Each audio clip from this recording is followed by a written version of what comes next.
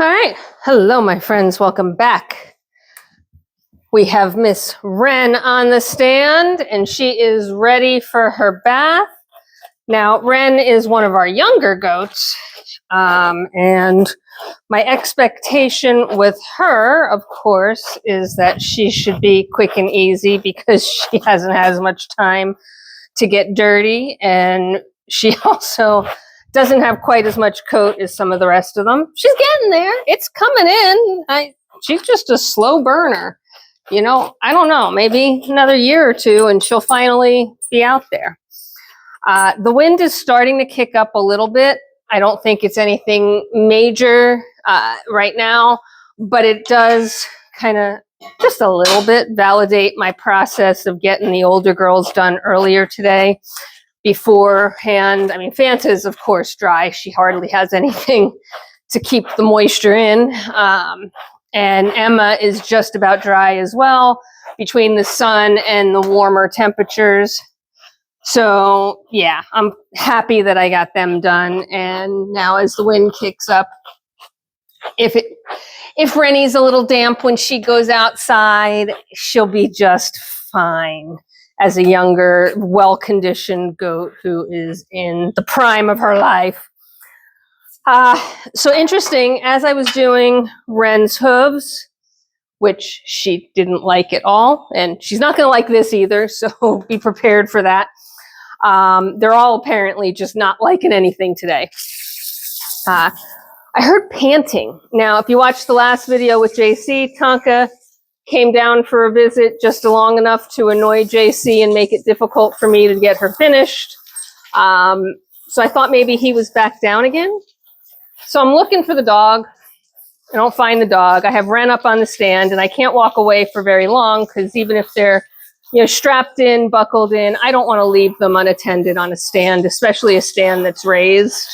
If she were to do something goofy and manage to knock herself off the stand and, you know, just be hanging by her head, life would be bad, right? So I don't leave them unattended at all for more than, you know, a half a second or so if I have to run. Okay, let's be realistic. For more than like 20 seconds or so if I have to run and look at something or get something or check something out, because it isn't safe. And I don't care, you know, how trustworthy that goat is, how often that goat's been on the stand, how smart that goat is.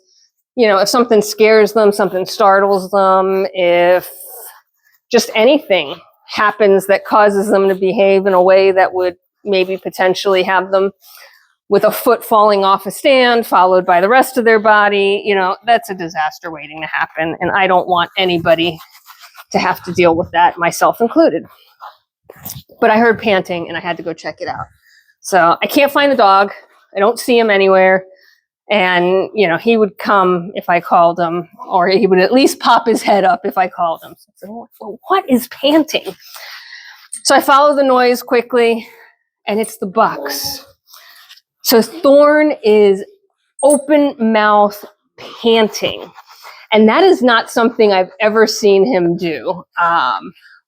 But then I look at Phineas and he's breathing heavy and he's not open mouth panting, but he sure as heck is breathing like he just ran a marathon. So those two idiots were obviously fighting with each other, which is actually nice because it means that Thorne is getting active again. Why they're fighting with each other today when all the girls should be bred and nobody's in heat, don't know.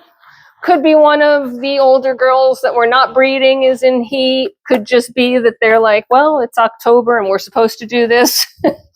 It's rut season. No idea, but yes. I have not heard a goat pant, I don't think ever. Oh man, you know, I mean, I guess it's been a lot of years, so I'm sure I probably have at some point. But it's been a while, to say the least, because I did not immediately recognize the noise. And of course I was like, okay, are they sick? Is something bothering, you know, something wrong? Until I realized it was both of them and they're both boys and they're both in rut. And so the obvious answer is no, they were just smashing heads and running around with each other and being boys. I am standing here now and it's less than 5 minutes later and I don't hear the panting anymore. So, you know, it wasn't anything significant. It was just, they clearly worked themselves up pretty hard. And it caught my attention because it's not a normal sound for the barn. I shouldn't curse myself, right? But this one here is being awful good on the stand for a bath. Because she's a younger goat, she has not been bathed a lot, right? The older goats have been bathed a lot. They know what's coming. They know the routine. They don't like it. And obviously you saw they're, you know, less than thrilled about it and sometimes even quite against it. But she's being really good, which is shocking. And I'm going to roll with that as long as I possibly can. She was not good about getting her hooves done, so I didn't expect her to be this good for a bath. But it's the time of the year. They're just, you know, everybody's hormones are raging for one reason or another. Either they're not pregnant and they're going into heat and they want to be pregnant, or they are pregnant and now they're getting pregnancy hormones. The bucks are being stupid and throwing testosterone and pheromones into the air. They're throwing pheromones into the air. So the bucks are being more stupid. Like, it's a never-ending cycle. So yeah, it's a time of year that I expect them all to be just generally not as handleable as they are at other times of the year. And none of them like baths, no matter what time of the year it is. So I'm really shocked that she's behaving herself as well as she is. And again, I probably shouldn't say that out loud and put that out into the universe, but here we are. I'm tempting fate. She's pretty quick and easy to do. As always, I'm waiting for temperature to stabilize on the water so that we don't have that little blast of hot. And I'm doing that, you know, not because it gets so hot that it would scald them, but because who needs, you know, like that one little section of, woo, that water's a little too warm before you stabilize it. I know it's coming. It's easy enough just to wait for that little blast of an instant hot to move on. Temperature stabilizes, and I don't have to worry about it other than keeping an eye on it, right? Just like anything, machinery can fail at any given time.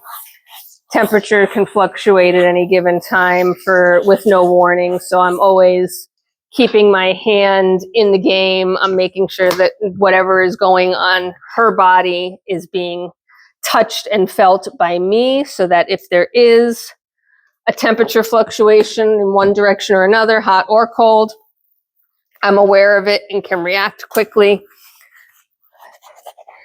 And as expected, even though she's starting to get a nice thick coat, thick meaning, you know, lots of strands, right? They don't get thick in the sense of texture, right? Their coat is silky. It should be silk and shiny. So it's really a fine strand, but she's getting more of it. It's not getting the length it needs, and it's still not even close to the length it needs, unfortunately. But she's getting there, and if she can keep her bangs on her, she's got the cheek muff, she's got all the things she needs other than length of coat for her age. Now, she comes from the same breeder that Fanta and Emma come from. And of course, neither one of those guys was show goat material. She unfortunately should have been, and you can't predict, right? Some of her siblings are amazing in terms of the coat that they've got already, but she's got everything else going on. She's got beautiful blue eyes, which is a desirable trait for owners. It doesn't have anything to do with the show. She's got all of the right conformation. We know she's personality plus, and that's why we have her. Would have been nice if she had, enough coat to warrant being put into the show, but she doesn't yet. And Yeah, I know. Now you don't like it. I see. I told you guys I was going to curse myself. It is what it is. It's almost over. I mean, we're so close to the end already. There's no point in worrying about it.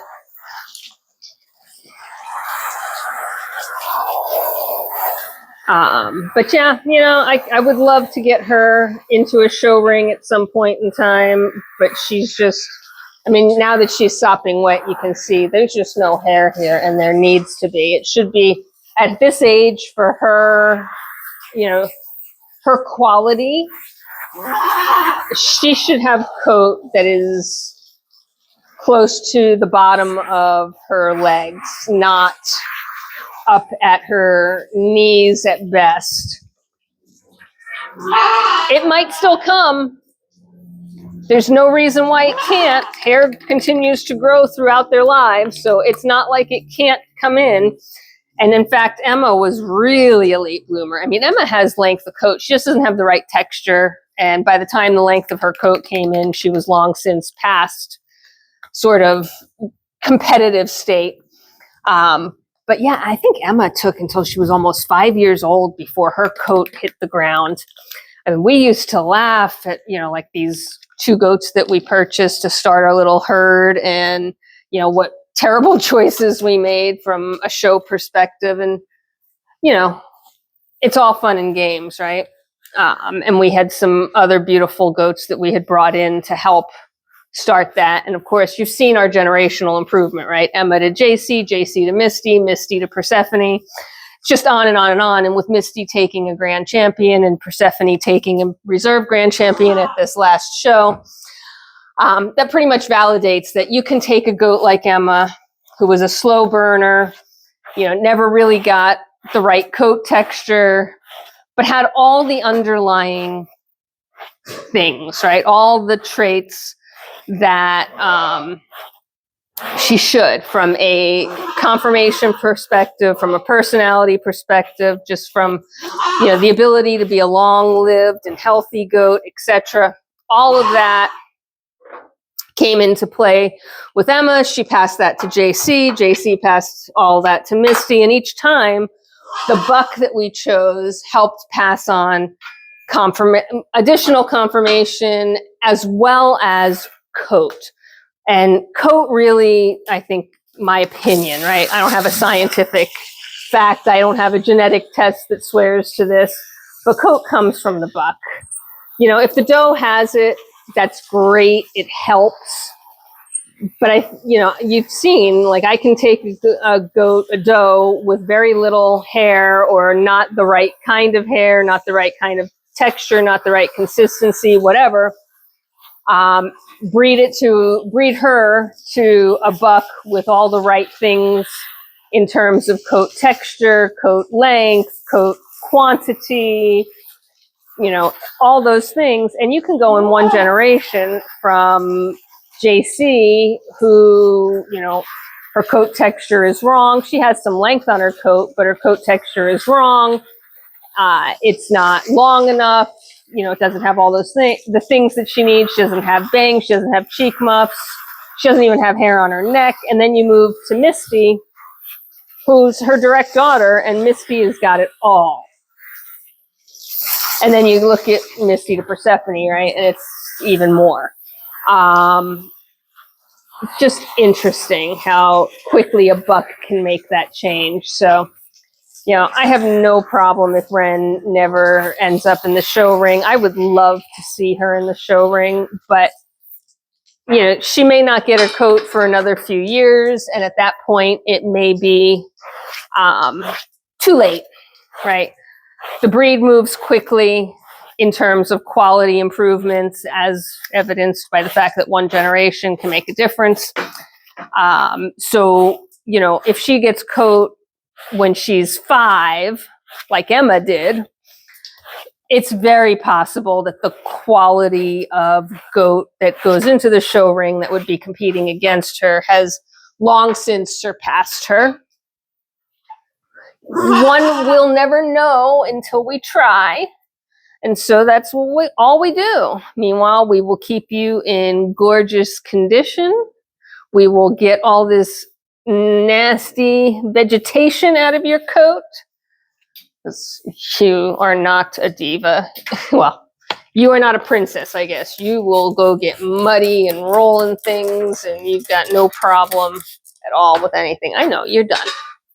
You're done. Except that we still have to do your head. Nobody likes the head. And you have actual stuff on your hair to wash.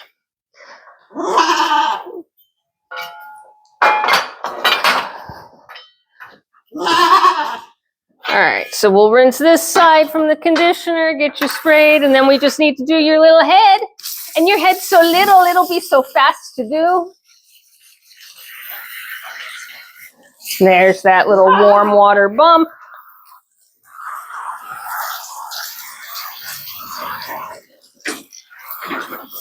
It's funny, it's this side. This side seems to be the one that gives you fits, huh? It's the one where you say, I'm done.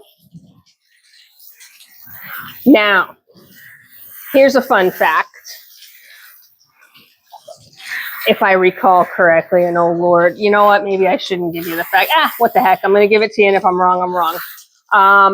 I'm pretty sure, and I'm double thinking myself now, and I shouldn't be, but I'm pretty sure goats carry their babies on the right-hand side of their body. So if that's the case, you know what? I'm going to shut up because now I have got myself so to the point that I am double thinking everything I'm about to say.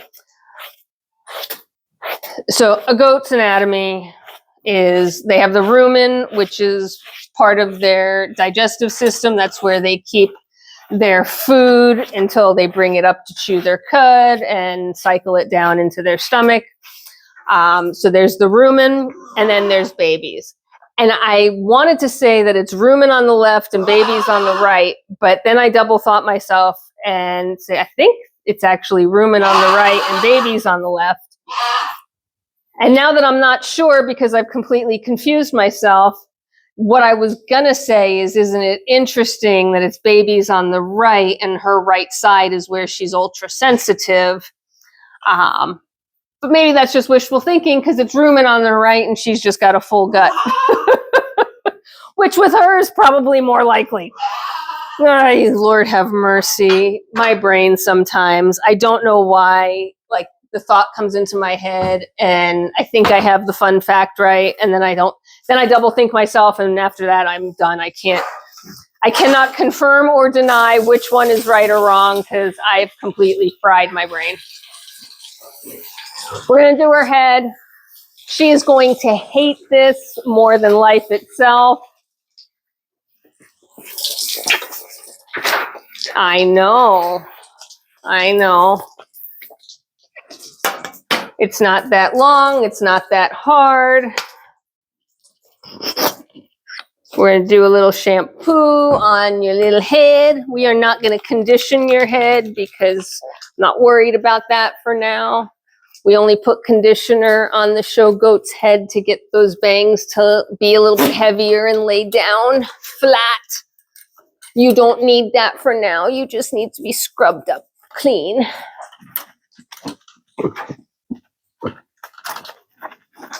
I know. With all the noises you're making, it probably is your rumen that's all wide over there. Thank you for shaking that in my face. Although you did manage to confirm that it is no tears because my eyes are not burning now that I have shampoo in my eyes.